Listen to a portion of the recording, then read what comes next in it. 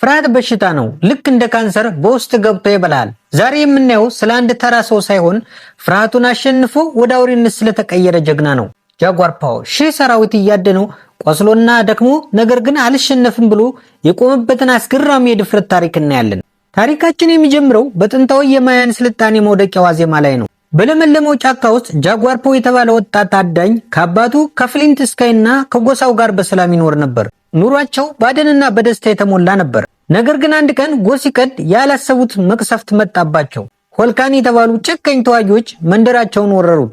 ቤቶች ተቃጠሉ፣ ሽማግሌዎች ታረዱ። ጃጓር ፓው ግን በአደጋው መሃል ነፍሰ ጡር ሚስቱንና ትንሽ ልጁን በአንድ ጥልቅ የተፈጥሮ ጉድጓድ ውስጥ ደብቆ ለማደን ቻለ። እሱ ግን በጠላቶቹ እጅ ወደቀ። ጃጓርና የተማረኩት ጓደኞቹ በሰንሰለት ታስረው ረጅም ርቀት ተነዱ። በመጨረሻም ወደ ግዙፉ የማያን ከተማ ደረሱ። ከተማዋ በድርቅና በበሽታ እየተቆላች ነበር። የከተማዋ መሪዎችና ካህናት አማልክቱ ተቆጥተዋል ብለው ስላመኑ ሰማዩ ዝናብ እንዲያዘንብ የሰዎችን ልብ አውጥተው መስዋዕት ያደርጉ ነበር። ጃጓር የመስዋዕት ድንጋዩ ላይ ሊቆም ጥቂት ሰከንዶች ሲቀሩት ያልታሰበ የተፈጥሮ ክስተት ተፈጠረ። የፀሐይ ግርዶሽ። ካህናቱ አማልክቱ መስዋዕቱን ረክተዋል ብለው ስላሰቡ ቀሪዎች እስረኞች እንዲገደሉ ትእዛዝ ሰጡ። ጃጓር ግን የሞት አፋፍ ላይ ሆኖ በተአምር አመለጠ። አሁን ታሪኩ ወደ አስፈሪው አደን ይቀየራል። ጃጓር በጠና ቆስሏል። ነገር ግን ወደ ደበቃቸው ቤተሰቦቹ መድረስ አለበት። ከ10 በላይ የሚሆኑ ምርጥ የጠላት ተዋጊዎች እንደ አውሬ እየተከተሉት ነው። ጃጓር ወደ ራሱ ግዛት ወደማያውቀው ጫካ እየገባ ነው። የራሱን ወጥመዶች እያዘጋጀ ጠላቶቹን አንድ ባንድ መጣል ጀመረ። በመጨረሻም አንድ ግዙፍ ፏፏቴ ጋር ደረሰ። ወደ ኋላ ቢመለስ ሞት ነው።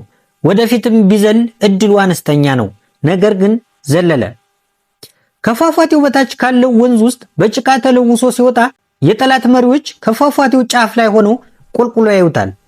በዚህ ጊዜ ነው ጃጓር በታላቅ ድምፅ እንዲህ ብሎ ጮኸ። እኔ ጃጓር ነኝ፣ የፍሊንት ስካይ ልጅ። አባቴ በዚህ ጫካ ውስጥ አድኗል። እኔም አዳኝ ነኝ። ይህ የኔ ጫካ ነው። ከኔ በኋላም ልጆቼና የልጅ ልጆቼ እዚህ ያድናሉ። ይህ ንግግር ሽንፈትን ወደ ድል፣ ፍርሃትን ወደ ወንድነት የለወጠበት ታላቅ ቅጽበት ነበር። ታሪኩ የሚያበቃው ጃጓር ሚስቱንና ልጆቹን ከጉድጓዱ አውጥቶ ሲያድናቸው ነው። ነገር ግን በባህር ዳርቻው ላይ ግዙፍ መርከቦች ይታያሉ። ስፔናውያን ወደ አዲስ ዓለም መጥተዋል። ጃጓር ግን ወደ መርከቦቹ ከመሄድ ይልቅ ቤተሰቦቹን ይዞ ወደ ጥልቅ ጫካው ገባ። አፖካሊፕቶ ማለት የግሪክ ቃል ሲሆን ትርጉሙም አዲስ ጅምር ማለት ነው። የአንድ ስልጣኔ መውደቅና የአንድ ሰው ለህልውናው የሚያደርገው ተጋድሎ ውጤት ነው። የጃጓር ድፍረት ምን ያክል አስደነቃችሁ? እናንተ ብትሆኑ ለምትወዱት ሰው ስትሉ እንዲህ ያለው መስዋዕትነት ትከፍሉ ነበር? ሐሳባችሁን በኮመንት አጋሩኝ። ቪዲዮውን ላይክ ማድረግ እንዳትረሱ።